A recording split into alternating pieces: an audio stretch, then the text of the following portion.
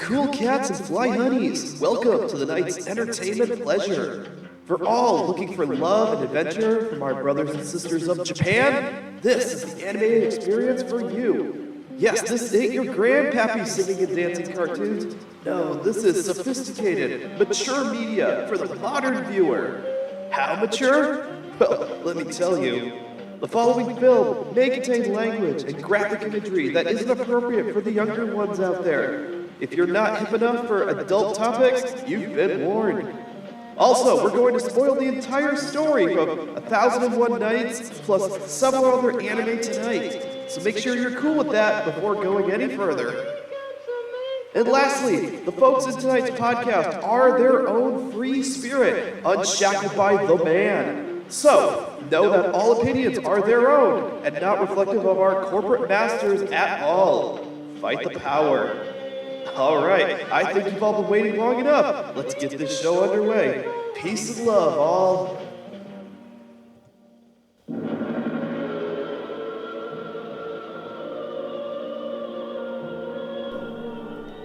Good evening, one and all, and welcome to my Dub Talk harem. Yes, come lie down next to me here and enjoy this sensual piece of entertainment that I have for you, because we are not dealing with the normal fare here today. Oh, no, we're not doing the isekai, journeyed into another world, into a fantasy setting matter, and we are not doing the giant robots thing or all those other things that you peg anime for. No. This is Dub Talk Retro Night. Yes, we are going back in time. We are going to the time period before any of that existed, before DigiPaint existed, before standardized recording techniques existed, before even the modern anime fandom as we know it existed, and going all the way back to the distant year of 1969. Yes, nice. The summer of love.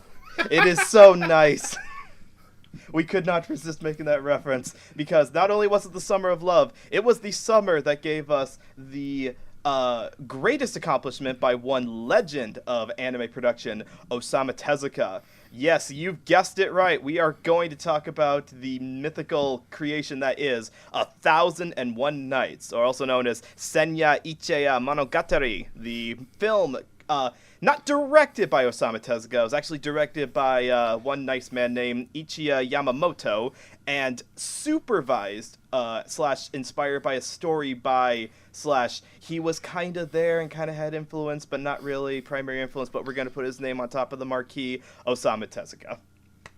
As you do.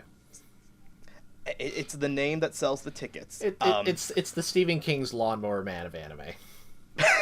Also, it's a credit that keeps him happy. Yeah, that too. Unlike Stephen King's Lawnmower Man.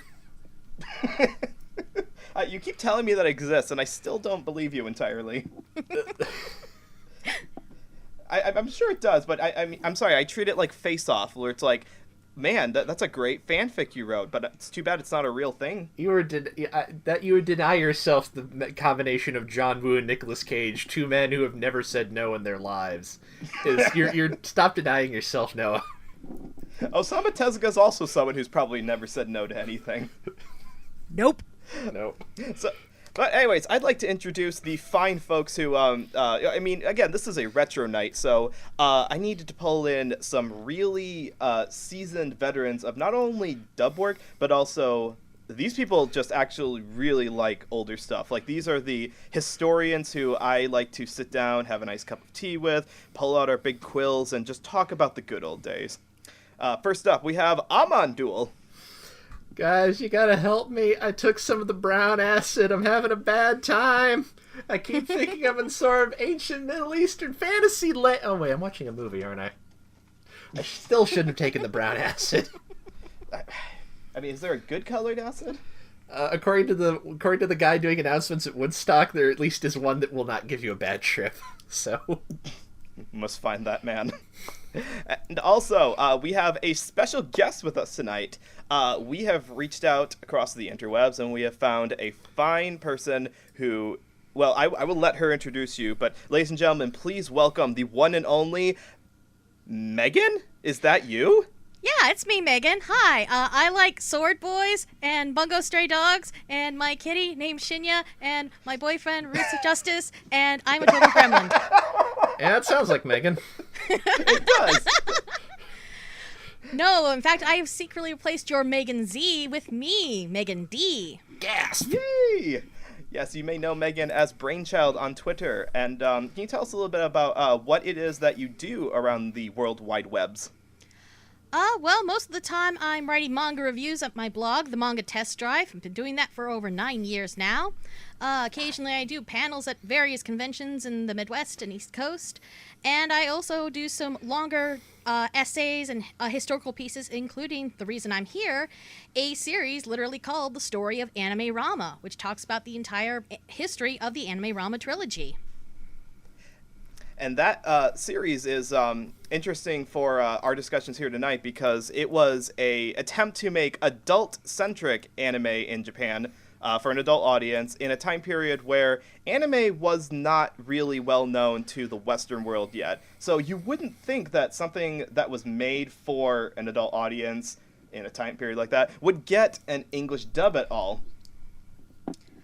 But surprise, surprise, it did. We can actually talk about it for the Dub Talk podcast because thanks to the fine folks at Discotech, they managed to uncover the ancient English dub of this movie that was done by Italian actors back in the we don't actually know when, and it is such an obscure, under-documented article that, well, you'll see when we talk about it, but our discussion for this tonight is going to be a lot of guesswork and a lot of speculation. Yeah, literally until last year when Discotech put out their Blu-ray, this dub was literally lost media. The only proof of its existence was a dubbed trailer. Yes.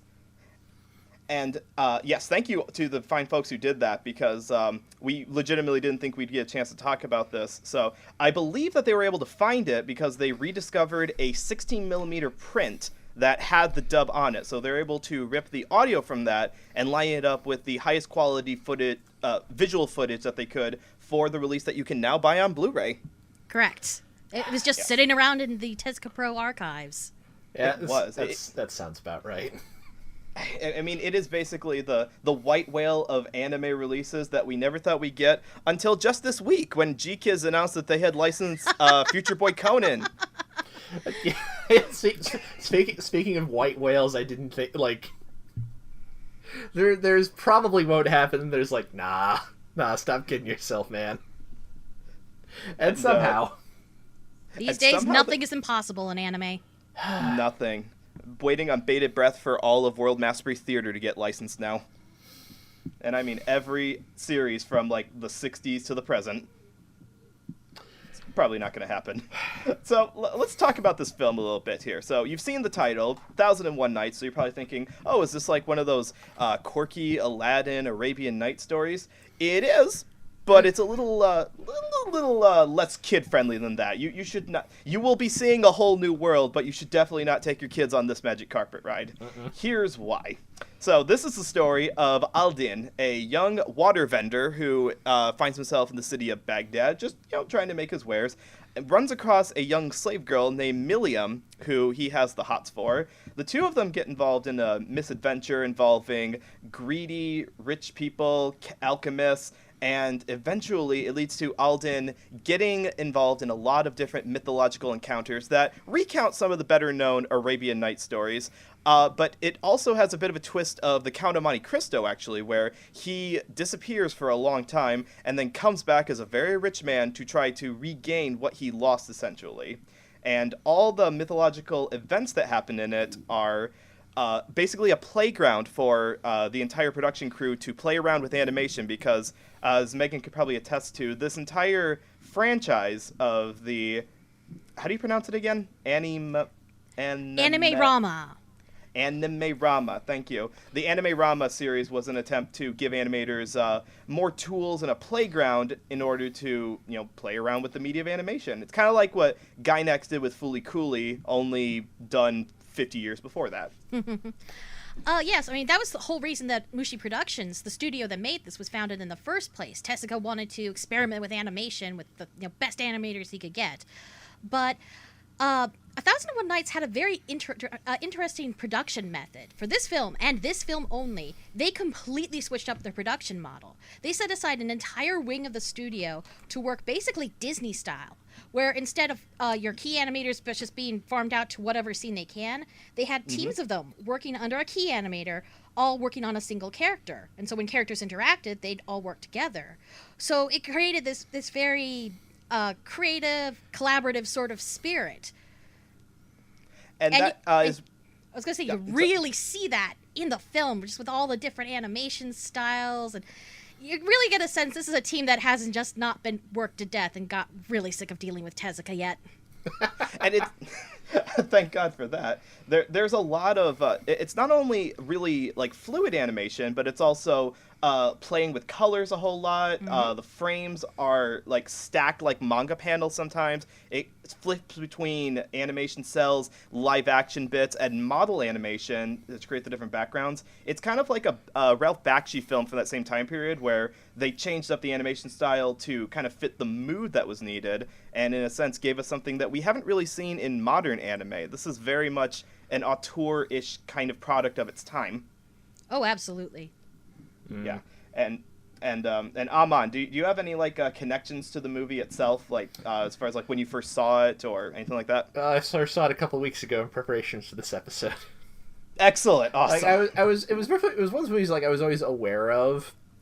But case in point, actually, because I assumed, this will never get any kind of U.S. release. Actually, because I found a company called, I think, Third Window put out like a 2-disc set of this in Cleopatra in the UK, and I think the like Arrow store had a copy of it, and I was like importing a bunch of Region B Blu-rays that like, this is never coming to America. I'm just gonna get a copy that I can watch on my Region Free player, and it's like, oh, it's just $30, so these are never gonna come out in America. May as well just get this. And the monkey's paw curled. Look, this is not... Did I ever tell you how I bought the first season on Big O for like too much money on eBay, and literally the next weekend Sentai rescued it? Oh no! I like sometimes it's like, you know what? Worst comes to worst, I'll take that bullet. Oh, I'm so sorry. I'm okay. That's the overall good on that purchase was fine. I'm okay. I mean, I'm glad you're okay with it. I would have tried to have gotten my money back. It is without letting the person know. Know. All right, so I guess it is. The box got kind of crunched in the mail. Can you give me a refund? Yeah, something like that. Does this have anything to do with that announcement last weekend? No, not at all. Not at all. Definitely not. No. Yeah, I wasn't aware that there was an English dub for this either. I had actually seen this years ago because I just hear a lot of different animation titles in my line of work. I had heard about this because it was touted as the first X-rated animated film that had ever been screened in America, kind of because it took that reputation away from what people think was the first one, that being Ralph Bakshi's Fritz the Cat, which made a lot more money. That one has a lot more notoriety in American animation circles because people know about that film. But this one technically was released first. It was dubbed and released. Didn't make a big splash in America, but it does have the distinction of being the first X-animated anime. Back when we had the X rating, back when that was actually a thing that you could be. I do have to correct something. It was never officially rated. So it was, they sold it as the first X-rated animated film. They did the same for Cleopatra, but neither of them were officially rated, whereas Fritz the Cat absolutely was, and wore that with pride. I mean, they were so happy about that. What was that? Let's put a picture of the poster up right here. We're X-rated for a reason, baby. Picture of Fritz with his hand down a girl's shirt, right on the front cover. Just imagining these MPAA stooges being like, "Oh, we gave you an X rating. What do you think of that?" And like the unwashed hippies who made that movie are like, "Guys, can you believe it? It's like Christmas came early." Literally, no better way to advertise this to the weird head shop proprietors we want to sell this movie to. And an entire cottage industry was born. Yep. Yeah, there's not a lot of information about its English language release. As far as anyone can tell, it definitely got released in New York and LA, which is like the bare minimum of a theatrical release in the States. It was definitely, the dub definitely screened in Australia.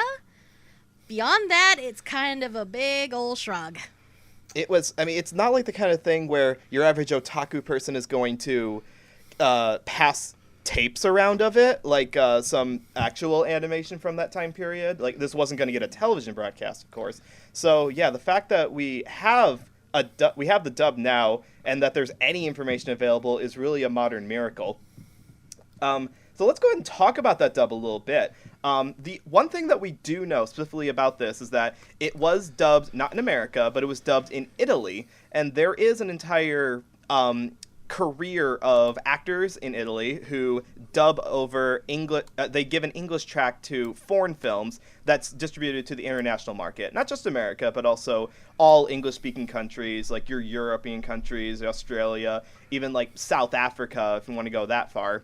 So it's not surprising the kind of people that we got to work on this. The director being one Fred Newman. Now, you may not know that name, and there is a different Fred Newman who is like a well-known radio actor. He's been on like the Prairie Home Companion series. This is a different Fred Newman. I had to double-check this to be absolutely sure. He was actually really interesting, has a background. The thing that he's most well known for is not as a voiceover artist or a film actor. He's actually most known for being like an off-Broadway theater performer. He was a member of a experimental theater group in the 70s called the Mabau Minds, and their biggest claim to fame was actually being the person who staged a lot of Samuel Beckett pieces. Not like not like the famous ones, like not Waiting for Godot, but like some of the earlier Samuel Beckett stuff that nobody remembers anymore. So Fred had he had experience in acting before, and he seemed like the kind of guy who was just kind of like following wherever the acting bug would take him, which kind of led him to being involved in directing the dub for this movie. Now, what other people are in this? What other okay. That's the question, isn't it?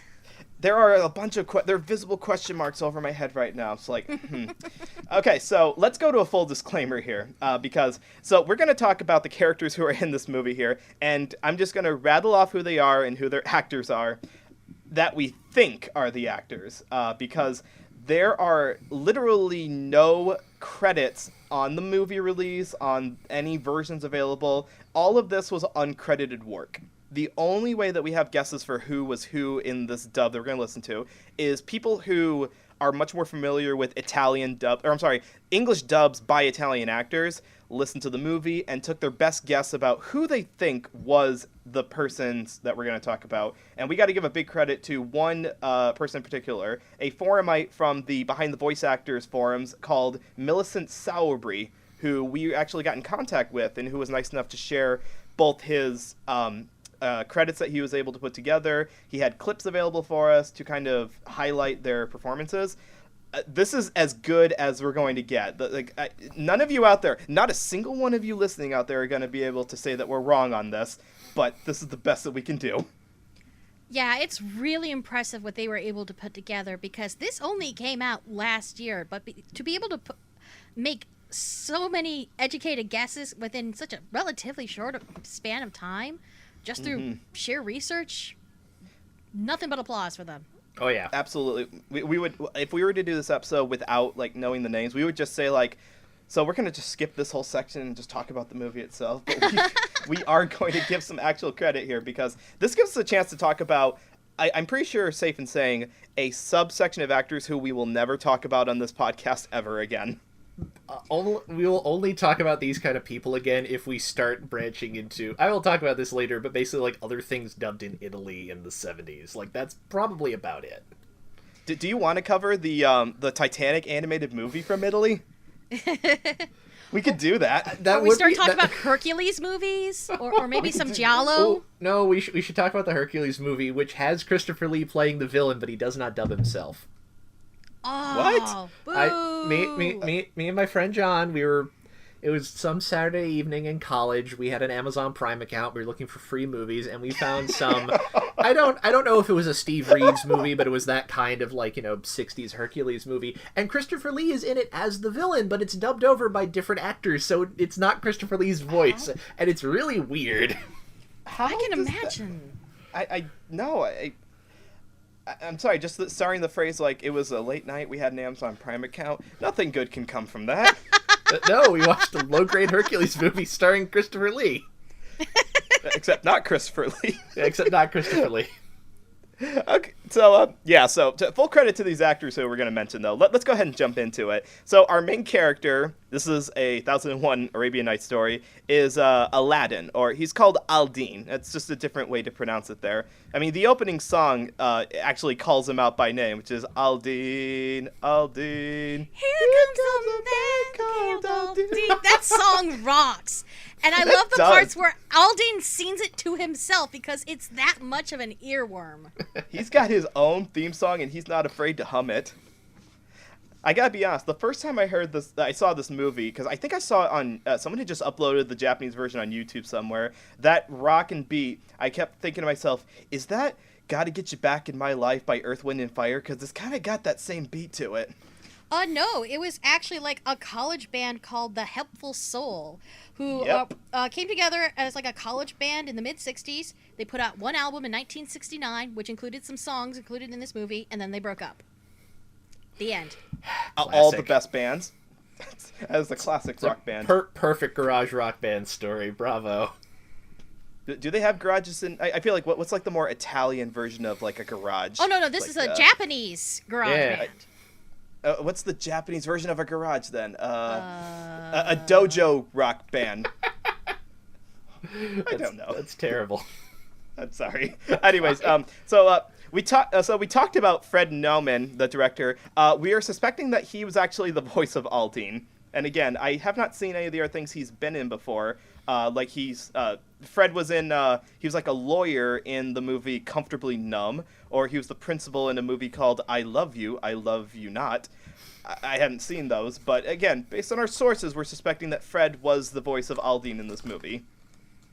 We're going to have to skip a couple of actors in the next couple of sections, because Aldin has a wife / girlfriend / slave girl, it's questionable, named Milliam, or Miriam, depending on how you read it. It's one of those transliteration things from English to Japanese. We don't have an actress for her, actually, so we're not entirely sure who voices her, but we'll still give a mention to her performance of name not included here, actress. We will also not be able to give a credit to the main bad guy, Badly. Now, Badly is... The subtly named Badly. I mean, it was such a shock when he turned out to be the bad guy. I was like, how? This guy? You're kidding.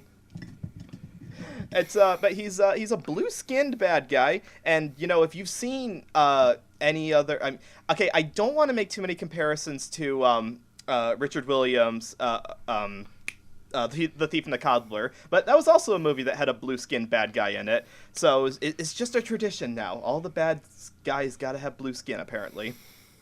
But he's got something better than blue skin. He's got a redheaded, badass, not a girlfriend exactly. She's kind of a cohort of his. Unfortunately, they start off on a really bad note, and we're not going to get into it. But Madia is the best female character in the movie. She is part ninja, part really good swimmer. And she's also kind of nice to our main character, so she also gets a pass for that. And she does it all with at least one boob hanging out for like 90% of her screen time. Pretty much. It's full Amazonian. She's got to show off that badassness. Oh, you also listened to the commentary, didn't you? Of course I did, yes. Thank you, Helen McCarthy, for doing an entire commentary on this movie. It was very sincerely enlightening. It's very good. It was. It absolutely was. More movies need commentaries, especially older ones like this. I highly recommend anyone out there who's in the old licensing game get commentaries by credited people. Like, don't get the schmuck down the office who likes this movie. Like, get someone who knows what they're talking about. I'm not saying you should steal the Criterion Collection's entire model, but it is nice having smart people talk about the movie while you're watching the movie. It's a fun time. Yeah, it is. It is. All right, so moving on to one more actress who we're not going to actually know who they are is Aldin and Milliam have a daughter named Jalis, who is not credited.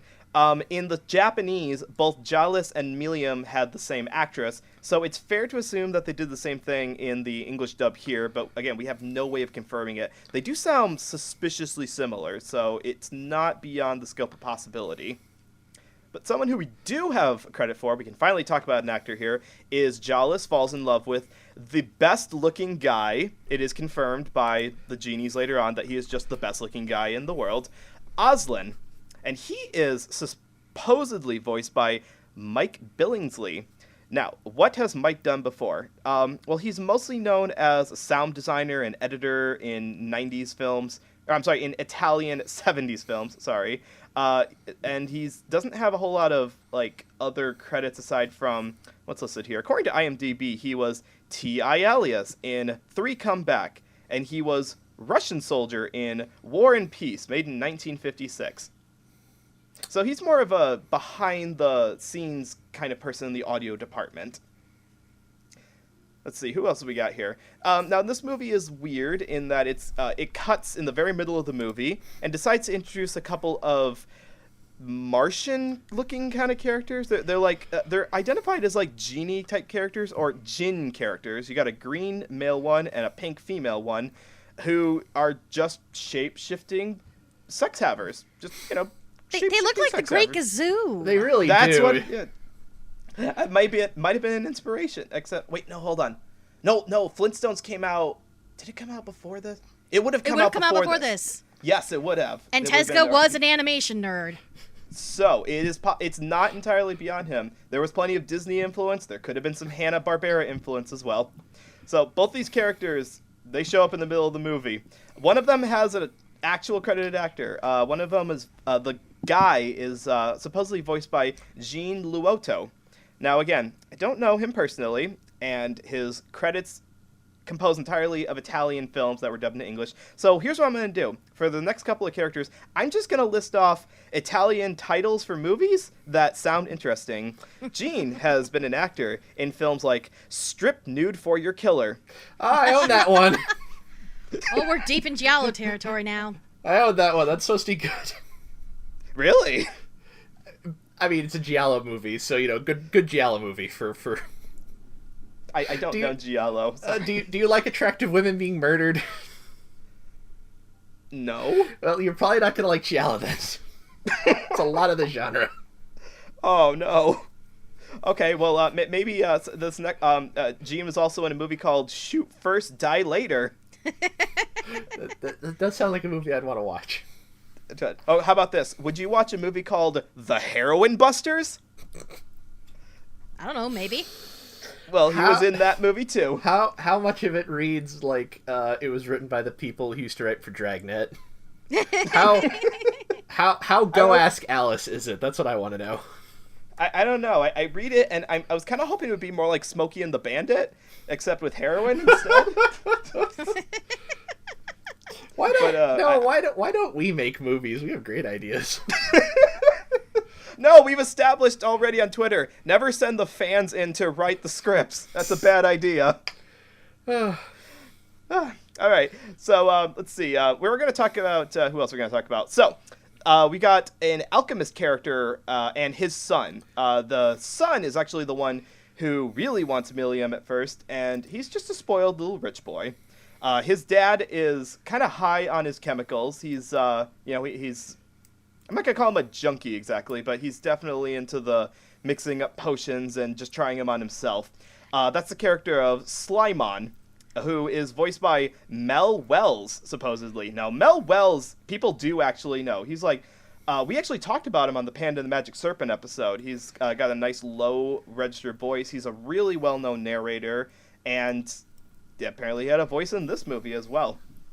And his Voicing son... the junkie police chief, as you do. As one does. Yes, it does. And his son, his name is Hasalakum. I'm getting a little more complex than the names here. Is voiced by Ted Russoff, who I was not able to find very much on. But again, he's one of those 70s Italian actors who, is just, he's been around for quite a while. Let's see. And we're going to end this off with 2 more characters we'll talk about. But again, if we want to talk about any of the other many characters in this, because there's quite a few in here, we'll bring them up as they come along. We also have a Caliph king. Caliph does mean king. Caliph Muhammad bin Sabeq IV, who is the king of Baghdad, essentially, who our main character kind of goes up against in a dick-whacking contest near the end of the movie. And he is also voiced by Jean Luoto, who I just mentioned all the credits for, so that's that guy.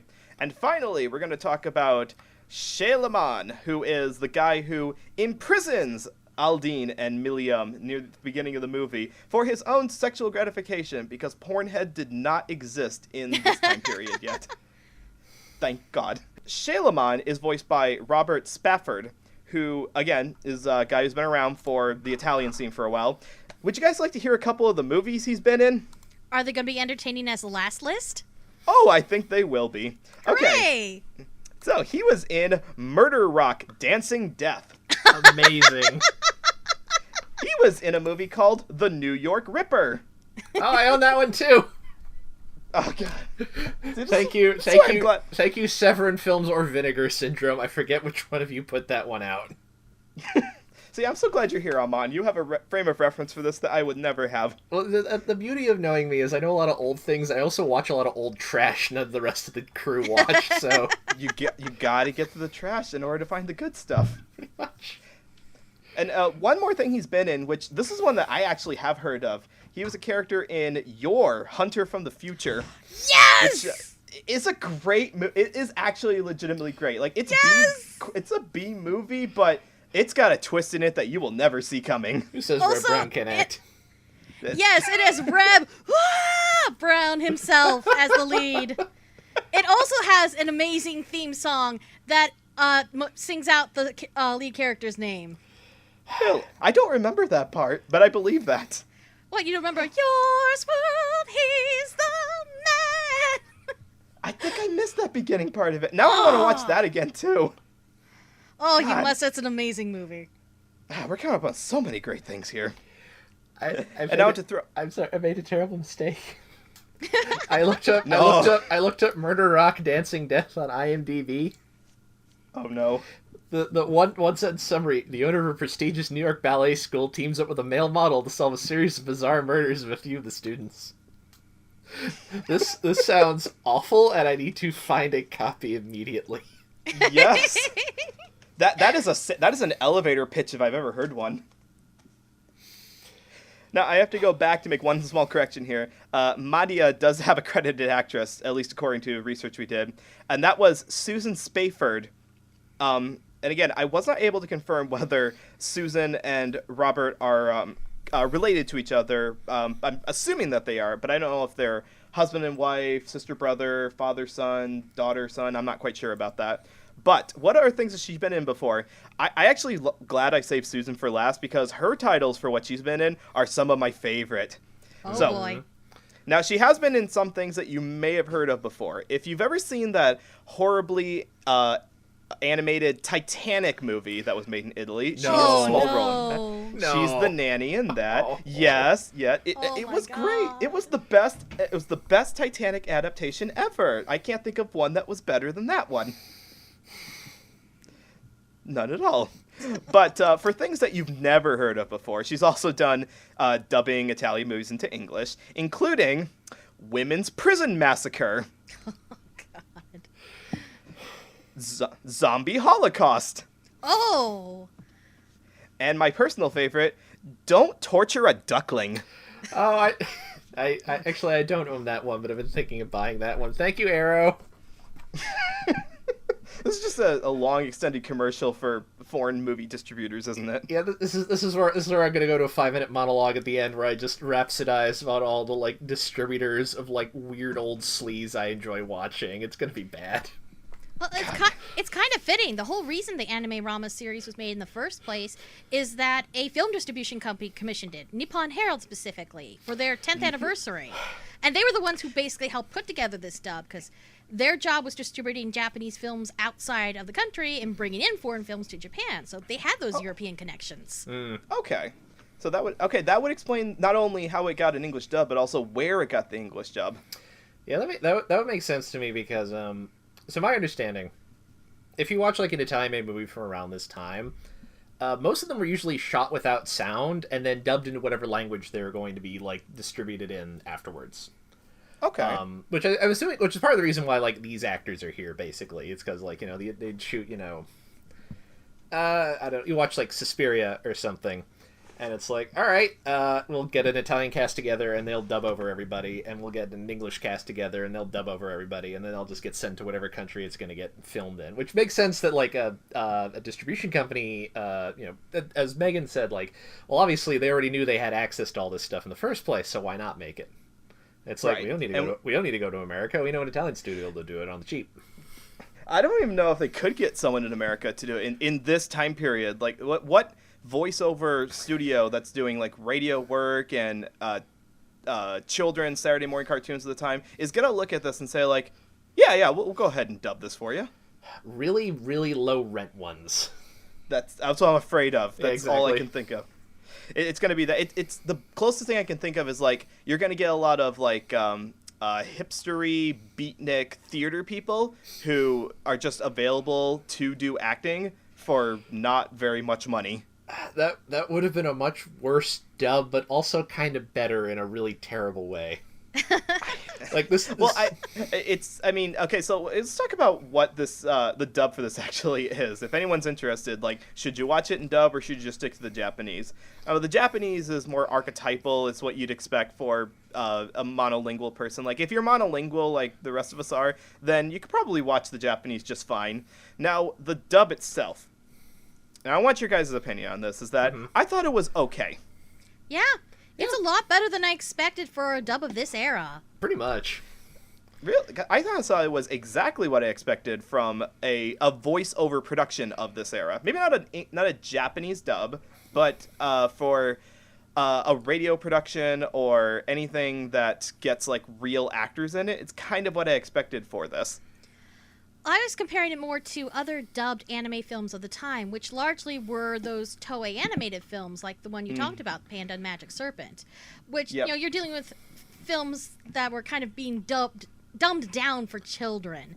So, and the performances kind of reflect that, even if the people involved are a little more well-known, a little more professional. Now, I can't imagine this film itself being dumbed down for children. Oh, no. Yes, the 30-minute cut. Wonderful. Although it should be noted, cut. there are differences between the original Japanese and the English version. They cut out Yes. 17 minutes of footage from Yes. the dubbed version. And honestly, save for like maybe 2 or 3 moments in the film, the cuts are pretty smooth. They're not easily noticed if you're not looking for them. They are. You're right. I watched the English version, and then I watched the commentary, which is over the Japanese version, so you can compare them. And it's like they don't cut out major scenes or like action scenes. It feels like they cut out mostly dialogue scenes, bits where Aldini is talking to like guard characters or incidental characters, and they definitely didn't cut out anything with tits in it. There was absolutely no cut footage of that. Well, again, if you did that, you'd only have 30 minutes, because there's a lot of boobies in this film. Oh, there are so many be that a warning in case you were wondering about that not X rating, but supposed X rating. It's not for language. It is entirely for graphic, full frontal, female presenting nipples.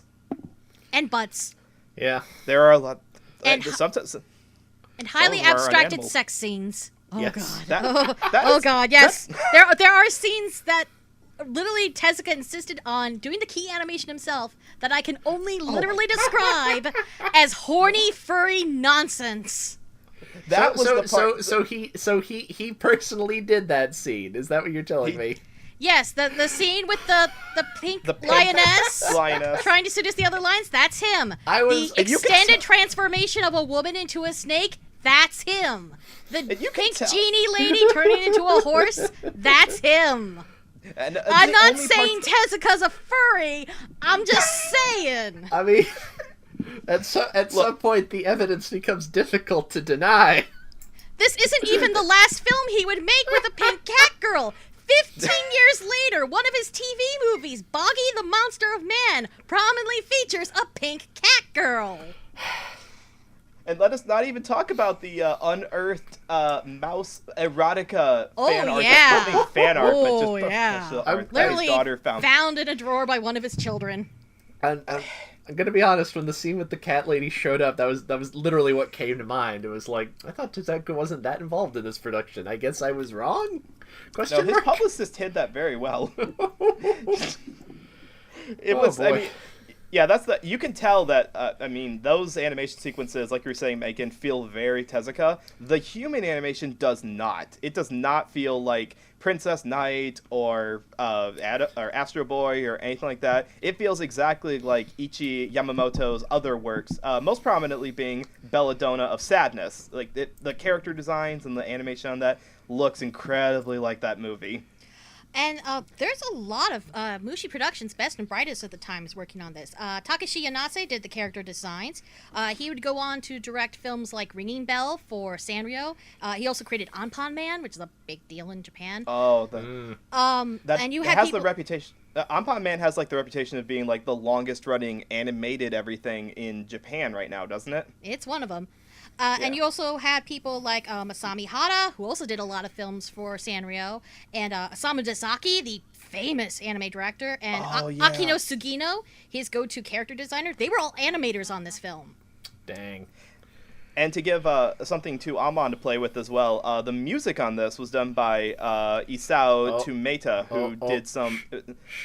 you want to talk about that? Oh, that's my dusty old song for the evening is going to be related to him, so... Yeah, to add to what Megan was saying, best and brightest really, because I really like his music on this. It feels period appropriate with the jazzy, not quite Beatles inspired, but like just like that swing rock sound to it. And also the orchestral parts that he did as well. Yeah, the music is one of the ways where like It was interesting watching this because I'm used to, when I see a lot of anime, like it often feels very period appropriate, but kind of what do I think of like, oh, this is what Japanese culture of the period feels like. This is weird because it's like, I feel like I've heard this music in like The Trip or some other like Roger Corman movie from around this period of time. Like that's very much what this sounds like. It's like it's very much, it's like, this. So apparently whatever was in the air and like kind of the more like exploitation indie side of like the American film industry at the time was clearly also kicking around Japan at like basically the same period. It's interesting. Yeah, I was gonna say Tomita was Mushi's like in-house composer for a long time, and of course later on he became famous as like this great electronica pioneer. Mm-hmm. And I forgot one more notable animator on this, future director Gisaburo Sugi.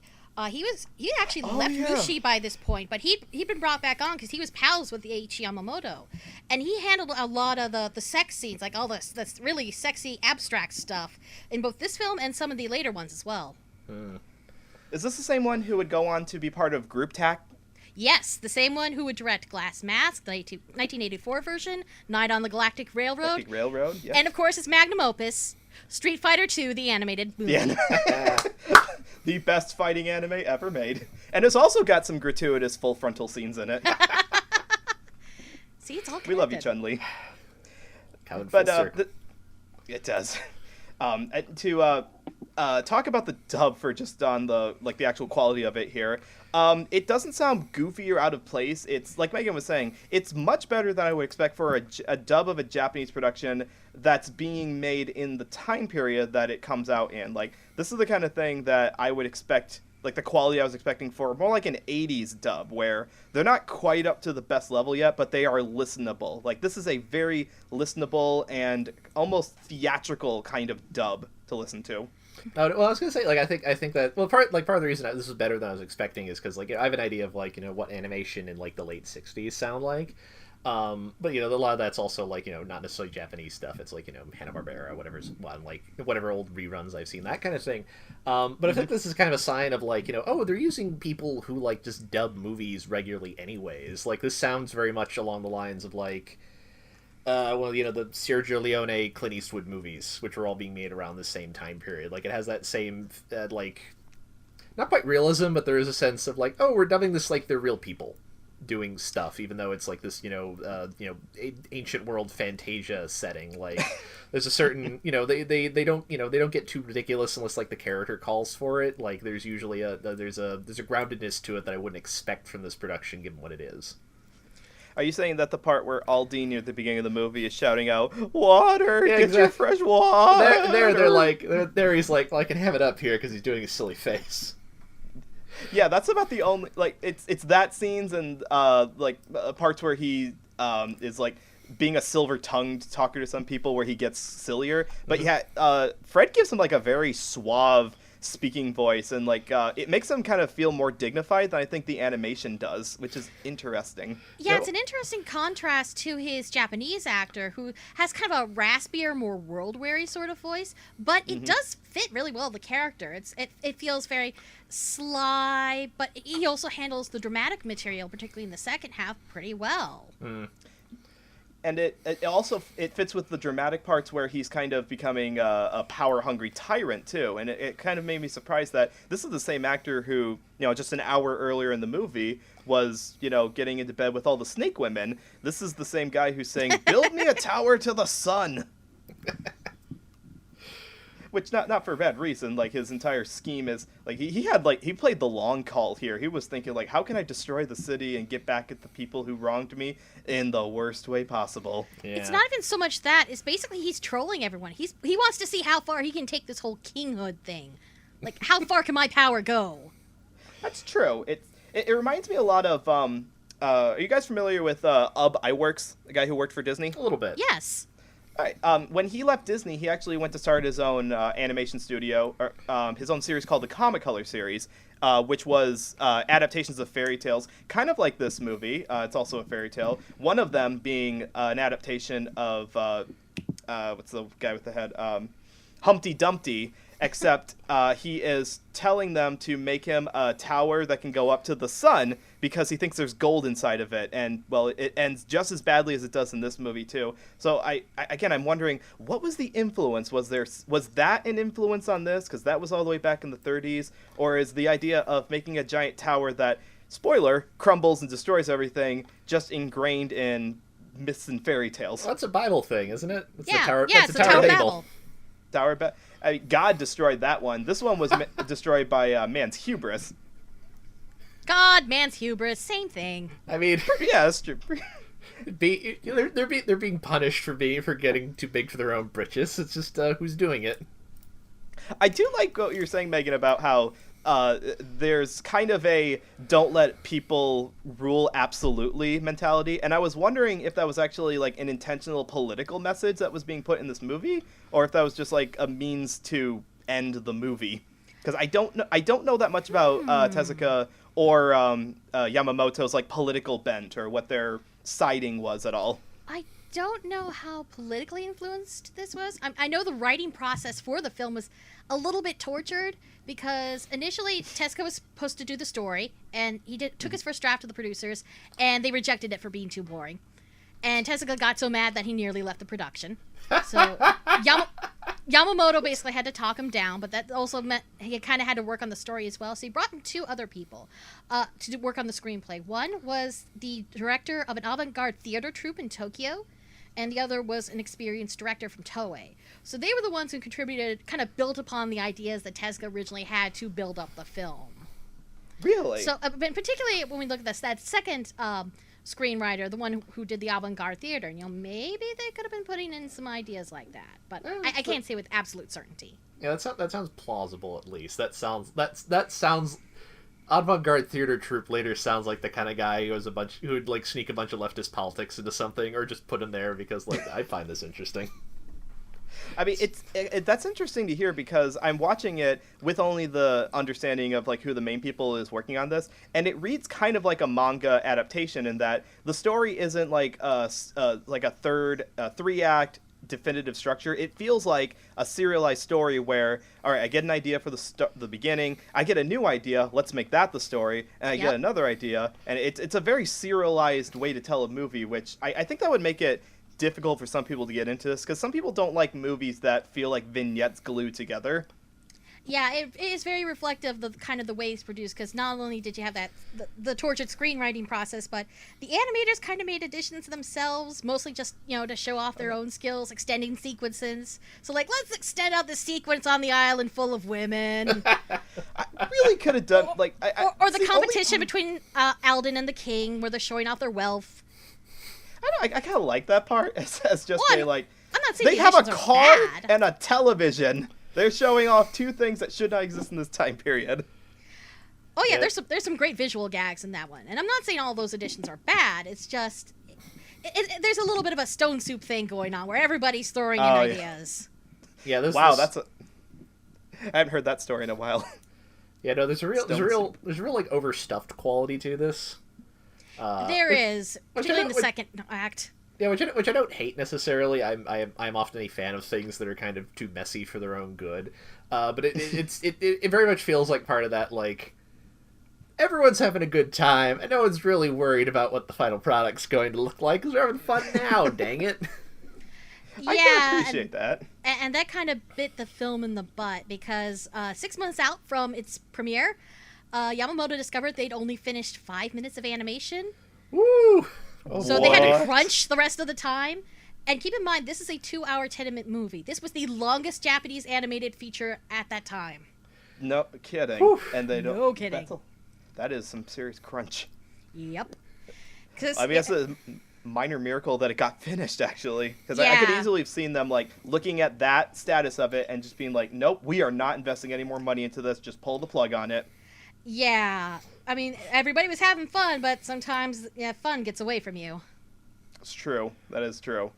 So, now the actual acting on, I mean, let's just, I guess, I was talking about the competition scene near the end where Aldine, under the guise of Sinbad, which, we got to throw in another 1001 reference tonight there, and the Caliph they're doing their dick waggling contest and showing off who's got the bigger, better, more expensive, shinier things. The actual performance by the actor there, who we think was Gene Luoto, is pretty good. It's I mean, I don't have any actors in this whole breakdown that I thought were miscast or poorly directed. Like, everyone is like, okay, the goofy characters are as goofy as they need to be, fit the animation. The lip flaps are actually pretty spot on, and the characters who are, like, on the more serious side, like Gene here, who's like kind of like insistent about, that's my flying horse. You're not in league with the bad guys, are you, Aldine? Is very dignified and fitting for the kind of character that he's supposed to be. I don't know. They definitely go goofy on some of the more minor characters. The Caliph is an example of that. What I remember taking away from his performance were his big bulbous bees. And definitely, like, Jin and Jeannie, like, they have these very goofy, nebbishy, like, sitcom husband and wife style voices. Oh, yeah. Oh, yeah. I will also argue that Madia's, I hate to say it before Susan Stafford, Madia is a good character. Susan Stafford's performance is not that great. She's kind of stiff. She feels like she doesn't quite get the character. Yeah, I agree that it's not that her performance isn't good. I think it's just not as good as the character deserves. Yeah. And its problem is, like, a lot of the best performances are people we don't know who they are. Like, Yeah. I really like Jalice's performance, and I'm really curious if we'll ever find out if she's double cast with Milliam. It's hard to tell because Milliam has very little dialogue. The most she ever says is when she dies. When she's dying. Let these final words be, I know you're gonna grow up to be... and then she's gone. But Jalice has, like, kind of a sprightliness. She's almost a little bratty. A little bit of a trickster like her dad. Like, you can tell that actress is having some fun with it. And Badley, oh man, he was the best performance in the dub. Oh, yeah. Yeah, so let's talk about that. So we don't know who Badley was, but because he's the character who is supposed to be, he's playing everyone basically. He never tells anyone what to do. He leads them on to believe that they're in charge, and as a result, he works himself up in the whole scheme of things. His actual actor is really good because you would think that an actor like that would have like a kind of evil voice to him, but he doesn't. He has a very stately, put together composure, a bit of a lower voice without much of a rumble to it, and it's very conniving in the best way possible. It's like, you don't dislike Badley. Okay, I take that back. I dislike Badley when we first get introduced to him, when, he has his encounter with Madia, which, trigger warning, is non-consensual. But after that, all his interactions are very calculated and conniving, and it's like, I kind of like this guy around. He's very crafty. He feels a lot like Iago Iago from Othello, not Iago from the other movie set in Baghdad that's animated. One of the things I do like about this dub is when I think of older dubs, and when I'm saying older here, I mostly mean kind of 80s and 90s stuff when anime on home video first started being a thing. When you get bad dubs in there's often a feeling of no one doing the dub was really taking it that seriously. The direction's not great, all the performances feel kind of rushed or half-assed or poorly directed. And that's often why they're not very good. Something I appreciate here is you do feel that, at the very least, they were taking this as seriously as they would any other film that would be put in front of them to dub. And the fact that it was this for an anime movie didn't really matter. It was no, we get paid to do good work. If we do half-assed work, that looks bad on us. So we're going to give this as much care and attention as we would any other movie that we get hired to work on. No, I think in performances Badly, you can really see that. They could have made him a lot more when I said it was Skeletor voice, a lot more kind of goofy conniving, and I feel the fact that it's no, he is a serious villain for a lot of the story, and we should give him that kind of performance is indicative of that. Yeah, and it helps that the setting for this is not a grounded in reality, realistic, modern day setting. It's supposed to be set in a mythological past time period that's is the basis for a lot of children's fairy tales. So it allows their slightly more over the top voices to really match with especially with the animation, because with the color palette and the exaggerated facial expressions, it really fits with the way that they're working to direct it. I don't think that was the Japanese producers weren't oh, these Italian actors have exactly the kind of over-the-topness that will match our exquisite Mushi Pro animation. This is better than that American Hanna-Barbera studio. No, that wasn't the thought process, but it does work for what we got. I have nothing against the fine folks at Hanna-Barbera, obviously. It's just, I would have... Although I would kill to see, an adaptation of this movie voiced by, Mel Blanc and the other actors whose names I'm forgetting off the top of my head. Oh my god, I'm trying to think of a dub like this that features a bunch of Looney Tunes people, and oh my god. Oh boy. I mean, that'd be more good for I don't know, an alternative audio track. You've seen those clips for the cast of SpongeBob dubs an old classic movie. I'm imagining that, but with Looney Tunes voices, and it's killing me right now. Yeah, get Dawes Butler and June Foray and all. Yeah, get that. Oh god. What could have been. But they didn't have the time for that. They were too busy making that Huckleberry Hound money. They were generally making good money at that time period. There was money to be had in television animation, especially when you don't spend a lot of money on the actual animation. Whoops. Merchandising. Speaking of money, talking about some of the goofier characters, the Hasalakum, the spoiled rich kid at the beginning of the movie who tries to buy Milium, he gets some fun bits when he's on his drugs. Right before he dies. Yeah, sound like he's having fun. Oh, absolutely. He's got this, over-top weenie voice. The main difference between him and the Japanese actor is Ted Russoff gives him a lisp, but that really adds to the weeniness. It does. It's very intentionally matching with the not just the animation, but also the character is not supposed to be an intimidation. He's only in this movie because his parents got money, and that's just pathetic. Yeah, he's literally a spoiled mama's boy. Pretty much. Yeah. It's it's interesting to learn that this was as you mentioned, this is done Disney style, and each character would have their own animator, because I remember looking at a lot of that character's animation and think whoever did this had a lot of fun. Oh yeah, absolutely. Actually, the first. This is really dorky. The first thing that sprung to mind is Megan. You're at least familiar with From Eroica with Love. Oh yes. Yeah, watching this, Eroica has his little lackey James. How Hasakalama moves if we got an Eroica anime in the 70s, this is how he would have been animated. Oh my god! Yes, Just absolutely. This dippy, short little weirdo who's not very good at anything. Oh, that will only make sense to 25 people who actually bought that manga, but yes! I wonder if there's more than 25 people who have actually gotten to see this movie yet. I hope there are. Yeah, I mean- I really do hope this release has gotten more people's eyes on it. I mean, it's available, which certainly helps. Like, I know certainly part of the reason I'd not seen it for a long time is that apart from, like, piracy options, I don't recall it being very easy to get your hands on. I'm not sure this even released on DVD in this country prior to, like, this release. No. Yeah. I don't think so. Yeah, it wasn't like Night on the Galactic Railroad that got re-released by Discotek, where there was a prior release by Central Park Media. This was just something that no one had the rights to for the longest time. Yeah, these films got pretty steady home video releases in Japan, but it's only within the DVD era they started to come out in Europe, and it really took off once Blu-ray took hold, because then they started getting releases in like France and Germany and the UK, and that was basically the release that Discotek used for their own. I'm glad they do too. I was like, where are they going to get the prints for this? And I'm glad that they usually outsource it from the cleanest version they can get, which isn't always the Japanese master. Sometimes it's from like a better quality version from a foreign distributor. Film preservation. So it's so sad. It really is that, like, I'm not for pro-piracy either, but if in the case of stuff that is not like readily available anywhere or could easily fall into like actual lost media, absolutely hold on to it in some capacity. This is why the Internet Archive is so important to have.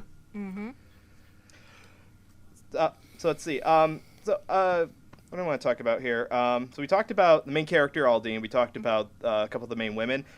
Should we talk about the Snake Woman a little bit? Yes, I want to talk about her. Okay, let's talk about Queen Lamia, which, I mean, it might be a spoiler if you haven't seen the movie yet and you just look at that character design like, what do you mean Snake Woman? Oh, you mean like she's, vicious and evil and stuff like that? No, we're being very literal. She is a literal Snake Woman.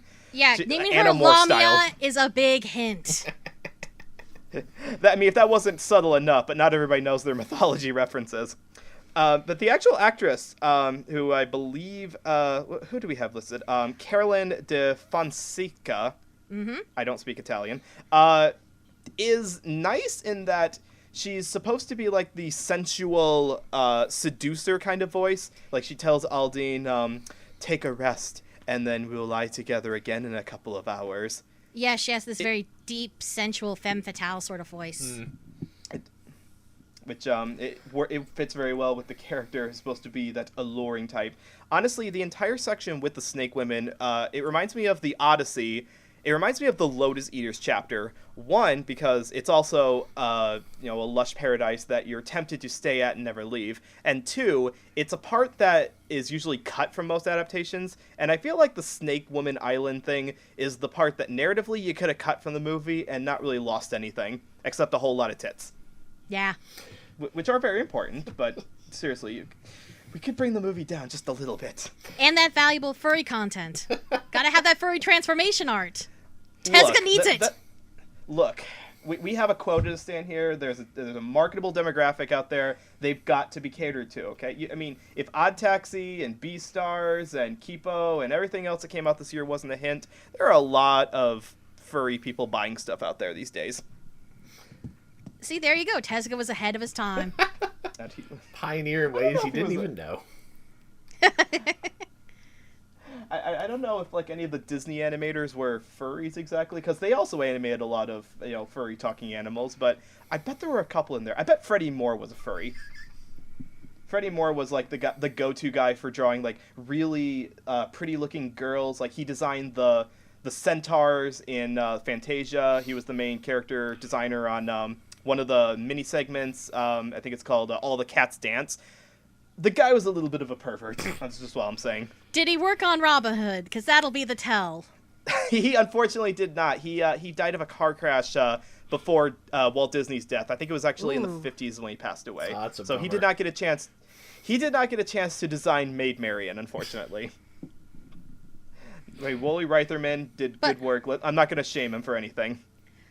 But yes, I realized when I was looking through the credits and I looked at her name that I'd heard Carolyn de Fonseca before. Really? Now, do either of you watch Mystery Science Theater 3000? Oh, yeah. Oh, yes. Do you recall the episode Hercules Against the Moon Men? I believe so. Oh, yeah. Do you remember the evil queen in that movie? Partially? Does she play the evil queen? Yes, she dubs the evil queen, the villain lady with all the makeup and the tight corsets. Beautiful. When I realized that, it was just like galaxy brain. See, this makes sense because on the behind the voice actors thread that Millicent put together, he would periodically post stuff from a magazine called Video Watchdog, which it's like a long running magazine, does like home video releases and also has like interviews with actors. And they had a bit in there where they were kind of talking about like, yeah, this scene at the time, a lot of times, if you found like if there's a certain archetype a character was, like, you knew immediately who to cast for that. I have a vague recollection of Carolyn being, it's like, yeah, is there a sexy lady? You get Carolyn to voice her, because she's good at that. She is? Was she like a temptress, sexy person in that movie? I don't remember. Yes, she was. Okay, so yeah, you're right. So she had that archetype that perfectly fit, and it's a good idea to cast her in this role too, because oh god, does Queen Lamia love to seduce people and eat goats? That poor goat. So that kind of covers. Do you guys have any other like side characters or anyone else in the cast that we didn't cover yet that you'd like to talk about? Okay, so. There's a lot of good like tertiary roles of people who just kind of pop up for like a few lines and like you're nice. That's how that I like that gatekeeper for some reason that Aladdin runs into her. He's like, "What happened to my girlfriend?" And he's like, "All right, fine, I'll go check it out." I think mostly just because he has a nice sounding voice. It's just like, "Oh, you sound nice." It's a shame you're not in more of the movie. Yeah. That's another point is that sometimes in movies, dubs, there's usually like background characters that are very clearly like the C tier actors who aren't as up to par as the other ones. There wasn't really like a standout part that I could think of in this dub where anyone sounded like miscast or out of place, even for the background characters. Megan, did you have any other characters we didn't talk about that you're jonesing to talk about? Maybe one, but unfortunately it's another one where we don't know the actor. It's the voice of the magic ship who has this big bombastic voice. Yeah. That's right.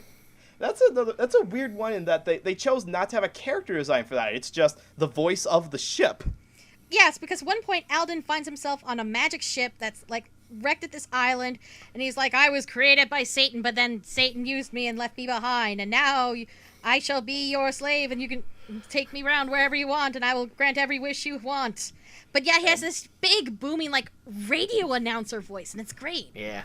It is. And it's a shame that we don't get more of that. Like, I was kind of sad that if I were to, like, change the structure of anything, we see that he goes off on the adventures with the ship, and he, vows to double his fortune and, like, have a girl in every port. And I'm like, I kind of like to see some of those adventures, but we don't get that. We have to do the time skip 15 years in the future. We get the Great Gazoo and his girlfriend, and we get what's going on with Jawless and her boyfriend.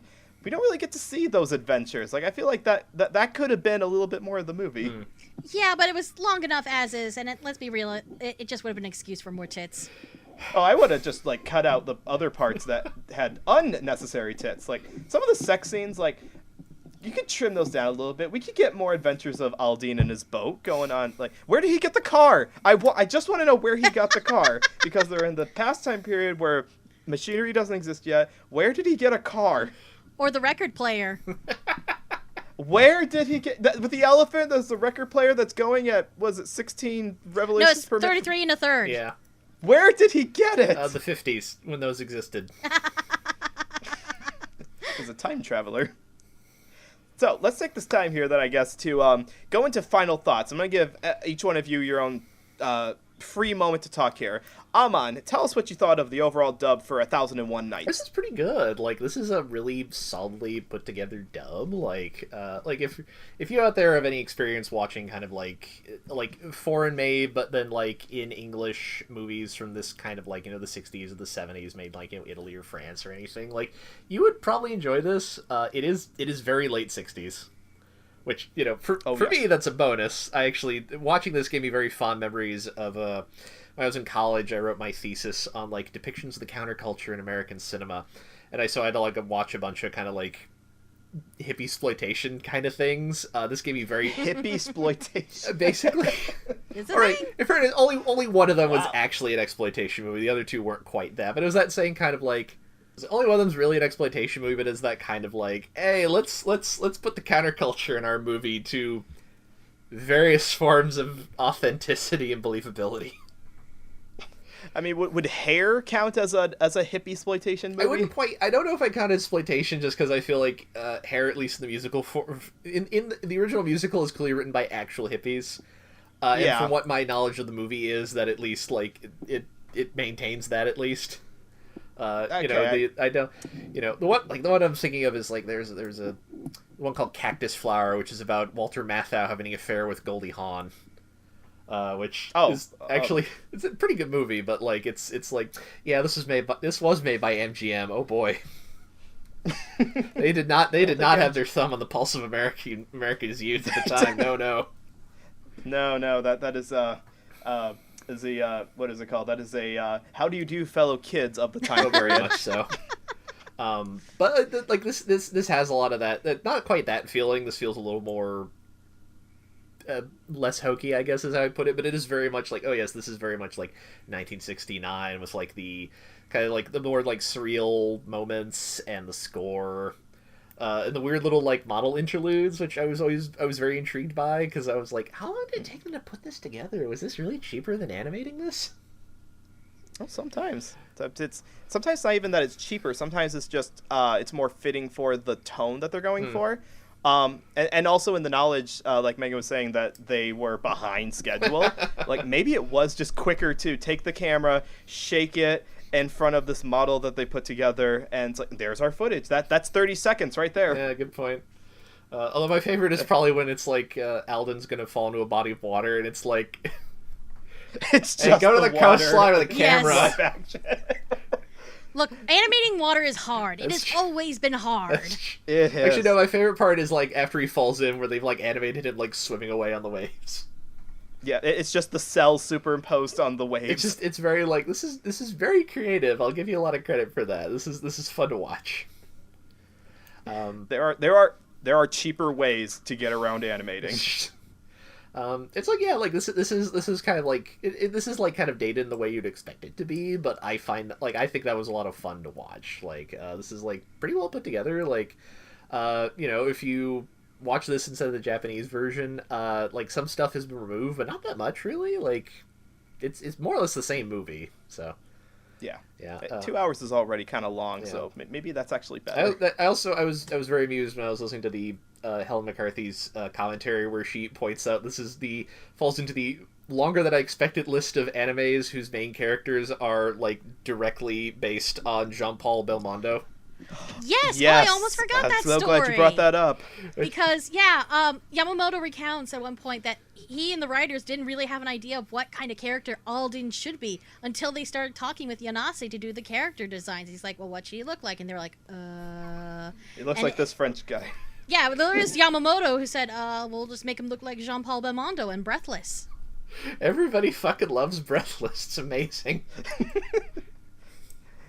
And like modern audiences don't quite remember the 60s new wave French film cinema, so it gets away. It's more of a film nerd thing, but I mean, if you look at pictures of Belmondo from the time, it's a pretty good likeness. I'm looking at like his picture on Wikipedia, which is like a photo of him from 2013, and he still looks like Alden. It's like that nose is very strong.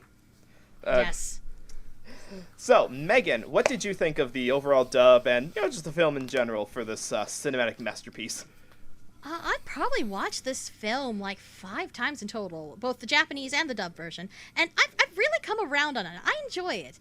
It's not the best anime Rama film, because are you kidding? Have you seen Belladonna of Sadness? It's amazing. Yeah, that is a more coherent, less flawed film, for sure. Yes, and it's definitely not as flawed as Cleopatra, which is precisely why you shouldn't give Tezuka full creative control of a project. Yeah, I haven't watched that one specifically for its reputation. It's interesting. It's worth at least a watch. But I don't know. I really enjoy 1001 Nights because it has that spirit of creativity and fun and looseness and let's throw this idea at the wall and see what sticks. And it really shines through in every aspect of the film. And I do enjoy the dub. Like it It's better than I expected. It's a little more accurately translated than I expected for the time. It's maybe a little cheesy, maybe a little stilted, but not in an unpleasant way. Yeah, that's a good way to put it, is that none of it really feels unpleasant. It doesn't feel like it's the kind of thing where you would want to flip over to the Japanese partway through it. Like, it's perfectly competent from beginning to end. Absolutely. Mm. Excellent. So I have to agree with these guys in that I've also kind of come around on it as a film that I saw years ago. I originally, like I said, I came across this because I was curious about the film that is tied to Fritz the Cat in American animation mentality. It didn't actually have an X-rated rating, but it still has that reputation for being late 60s, early 70s animation that was trying to break from the mold of what mainstream animation was known for at the time. And hearing that they had a really talented group that was allowed to do their own shtick in different teams really did help bring out what was strong about it. Is it something that you should watch? I'd say it's best enjoyed with a group, because in trying to watch this just kind of by myself for a rewatch for this podcast, I had to kind of watch it in bits and pieces. It feels like in the middle section it starts to lose the flow a little bit, because you're obviously not following a main narrative. You know that when he gets into the cave, this is a side tangent. This isn't going to advance the plot exactly, and it doesn't. All it does is it gets him and Maria close together. But aside from that, because I can excuse some movies that are kind of meandering as long as it's visually engaging and the dub is perfectly competent, it is perfectly competent for the time period, better than I would expect it, and especially from a group that probably didn't think that American podcasters would be talking about it 50 years into the future. They definitely gave it more credit and more effort than I think anyone else would have done. Again, compare this to our last retro episode, Panda and the Magic Serpent, which was a hodgepodge of good and not very good actors put into it. This, by contrast, is perfectly good 70s Japanese dubbed animation. And with that, I think we have fully covered every one of the 1001 Nights. We're up to 1002 now. So thank you guys very much. You're welcome. Indeed. So if you've listened to this podcast and you're like, I gotta watch this thing that these guys are talking about, I gotta see the tits, you can see it for yourself. This movie is readily available on home media from Discotek. Yes, our fine folks who are the saviors of all retro things that people have forgotten about have this movie available. It is up on all services where you can get home video releases. Right Stuff, Amazon, even eBay if you're feeling really saucy. So give it a listen. It's got the original Japanese audio, which is the full 2 hour and 10-minute version. It's got the international English version, which is 1 hour and 53 minutes. It's got an interview with the director. It's got a feature-length commentary by Helen McCarthy, and it is well worth the purchase. So that is where you can watch this movie if you're really feeling up to it. Now, if you want to follow us here on the Dub Talk Podcast, we are here on YouTube at Dub Talk Podcast, and we have a couple of different audio-only feeds. We have Podbean, we have Apple Music, we have a couple other ones that I can't remember, but they're linked down there below, because you want to see where the links are. They're right there. But we could not do any of these podcasts if we did not have help from our wonderful patrons. Yes, Dub Talk Podcast has a Patreon, and if you want to get the episodes early, you want to get sneak peeks, and you want to get extra little goodies that are only available to the patrons, you should donate using the link below. And we want to give a huge thank you to the fine folks who have donated to our Patreon. So we want to give a huge shout out to our $5 patrons. Huge thanks to Megan's mom and dad, Michelle Travis, Miraculous Corazon, Nico Robin, but with Yowie hands, Sue Tweet, and Victor Mayboroda. And we want to give an even bigger, huge, extra special thanks to our $10 patrons. These are the guys who donate a little bit extra, get the episodes early, and are eternal gratitude. And those fine folks are Carly Lesticow, thank you Crimson Echidna, big thanks Jacob Wilson, huge thanks Jared Hawkins, biggest thanks Julia W, huge extras thanks to Marissa Lenti, and thank you so much Otaku Anthony. Thank you guys so much for making what we do possible. Amon, what do you do in the world when you're not talking about retro hippie movies or music that no one has heard of before? do I do anything else? That's like that. And comic books are my hobbies, man. I'm sorry, did I cover your entire demographic in like a complete circle there? I'm sorry, I didn't mean to. It's all right. It's just, it's one of those moments where you kind of realize the scope of your own life and you feel weird about it. You can find me on Twitter at Amandul US. Duel has 2 U's in it. I talk about a bunch of weird stuff, and I retweet too many Steely Dan memes because I've turned into that guy.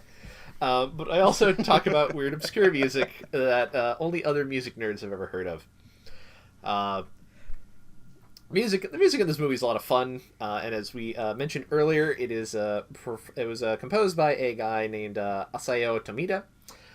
He's a fairly big deal in his own right. He was a very successful composer. He did lots of anime and movies, and he also had a pretty successful second career as basically being pretty much what like the other big like synth pioneer who wasn't Wendy Carlos.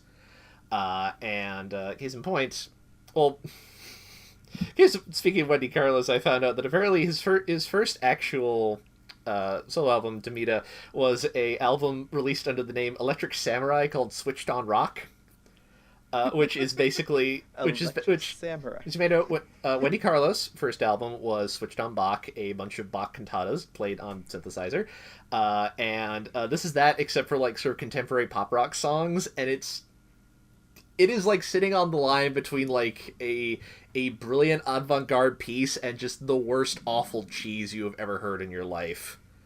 What's a basic comparison for when you say awful cheese? I found an album that was one of these kind of like switched on things that was like switched on country, and it had like a cheesy synth version of Yakety Sax.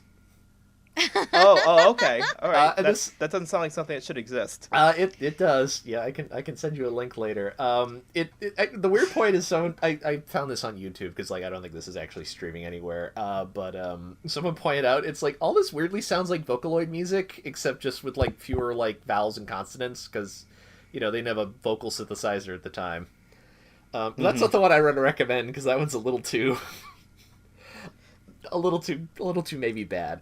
So instead, I'm going to recommend his second album, which is called Snowflakes Are Dancing, which, also in the style of Wendy Carlos's synthesizer albums, is a synthesizer arrangement of several Claude Debussy pieces. The fun thing about this is much like when Wendy Carlos was working on her albums, these were all made before they invented synthesizers that could play like 2 notes at the same time. So if you want to do any of these compositions, you have to play out each individual note by itself and then mix everything together. Case in point, this like 40-minute album took about like a year to make. There's also something else interesting about that album. Because one of those Debussy pieces was the theme song for Jack Horkheimer's Stargazer. It's true. If you were a dork who stayed up way too late watching PBS, like I was, will know what I'm talking about. I mean, that having heard some of this album, it's like, yes, this is absolutely music that should be for stargazing. That is a correct decision. Also, I don't know. I have to forward you if I can find it. The synth pop remix of the soundtrack to Adieu Galaxy Express 39 is like this really cool synth trip remix of the orchestral pieces that is also like, it feels like it's perfect for stargazing because it's all twinkling electronic sounds set to like really nice orchestral pieces. Oh god, that's gotta be so Moog heavy. I know. It is. Oh, the Moog is off the charts in that synthesizer. Also, fun fact about Snowflakes Are Dancing that I was not expecting. It was actually nominated for like a small pile of Grammys, which is not something I associate with like Japanese composers from this era. So good for him. No kidding. Yeah. It didn't win any as far as I can tell, but like it got like nominated for a bunch of classical Grammys. So like, all right. Back when being nominated for a Grammy was actually worth something. Aww. I'm not sure there was ever a period where the Grammys had dignity, I'm going to be honest with you. I was giving you a bone there to be nice. Look, this came out in 1974. The Grammys already showed how old and stodgy they are by it being 1967 and having a Frank Sinatra album win Best Album. And like nothing against Frank, he's very talented, but he was not the hip cutting edge of music in 1967. In 1960s, yes. Let's move on to the actual pioneers. Let's give Yes a Grammy, for God's sakes. Oh, yes. Yes, are way too dorky to get a Grammy. That's my point. Yeah, I know. All right. Anyways. Megan, introduce yourself to the world now that they've listened to you for a good hour. Well, yes, if you want to find me on Twitter, I am at BRAINCHILD129.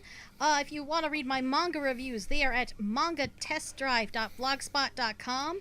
If you want to read my Story of Anime Rama series and other longer form reviews and essays, including a number on bad anime, you can do so at Renaissance Josei, which is renaissancejosei.blogspot.com. I'm an occasional contributor to Anime Feminist. I've done some articles and podcast appearances there. And at least as of this recording, I just finished up doing a panel for Anime Lockdown, and I will soon be appearing as a panelist at Otakon 2021. Yay! Yeah. Now, are those the Anime Lockdown panels visible anywhere? They probably will be by the time this episode goes up. So probably up on. They have a YouTube channel, right? Yes. All right. Okay. Yeah. So we'll have to put a link to that down in the description because I mean, if you people haven't seen her panels yet, you absolutely need to check them out because there's a certain subsect of like nerdy historical based anime people that I love to be associated with, and I think Amon does too. Mm-hmm. And Megan is like dead in the center of that circle. Absolutely. And if I ever meet with you two at a convention again, maybe at Anime Boston next year, we'll see. Maybe I'll bring my copies of 1001 Nights, or even better still, maybe I'll make you watch Cleopatra, because that's an interesting time. I love interesting times. I mean, I do too. It's just I prefer it to be with something that could it be good stuff instead? But I mean, it's got a historical basis to it, so I guess we can let that one go. Sometimes it is extremely enlightening to watch very talented people faceplant really, really hard. That's true. And you know what? I probably wouldn't be inclined to watch Cleopatra any other time except with a fine group of folks. So you know what? Bring your copy with you. We're doing it. I'm putting that pack in blood right here. Yeah. Hell yeah. Oh, God, what have I done? And now... You can follow me on Twitter at NoahClue. I like to have long discussions about the international world of animation, be it Russian, Italian, Irish. I've been actually reading about some South African animation recently. And also post pictures of my kids and my puppy, because we just got a new puppy. Her name is Lily. She's adorable. Oh, puppy. Love the puppy so much. Oh. I have entered into the realm of puppy dadhood. Puppy. No regrets. So, I think we're good. I think, all right, everyone say your final farewells, and thank you everyone for listening to us talk about a 50-year-old movie with lots and lots of fan service in it. Yeah. Okay, I'll go let Megan out from the closet now. Okay. She knows what she did. Love you, Megan. And thank you so much, Megan, for joining us for this episode. Indeed. You're welcome. All right, so aloha and otaku on, my friends. Rock on Boston, rock over Chicago.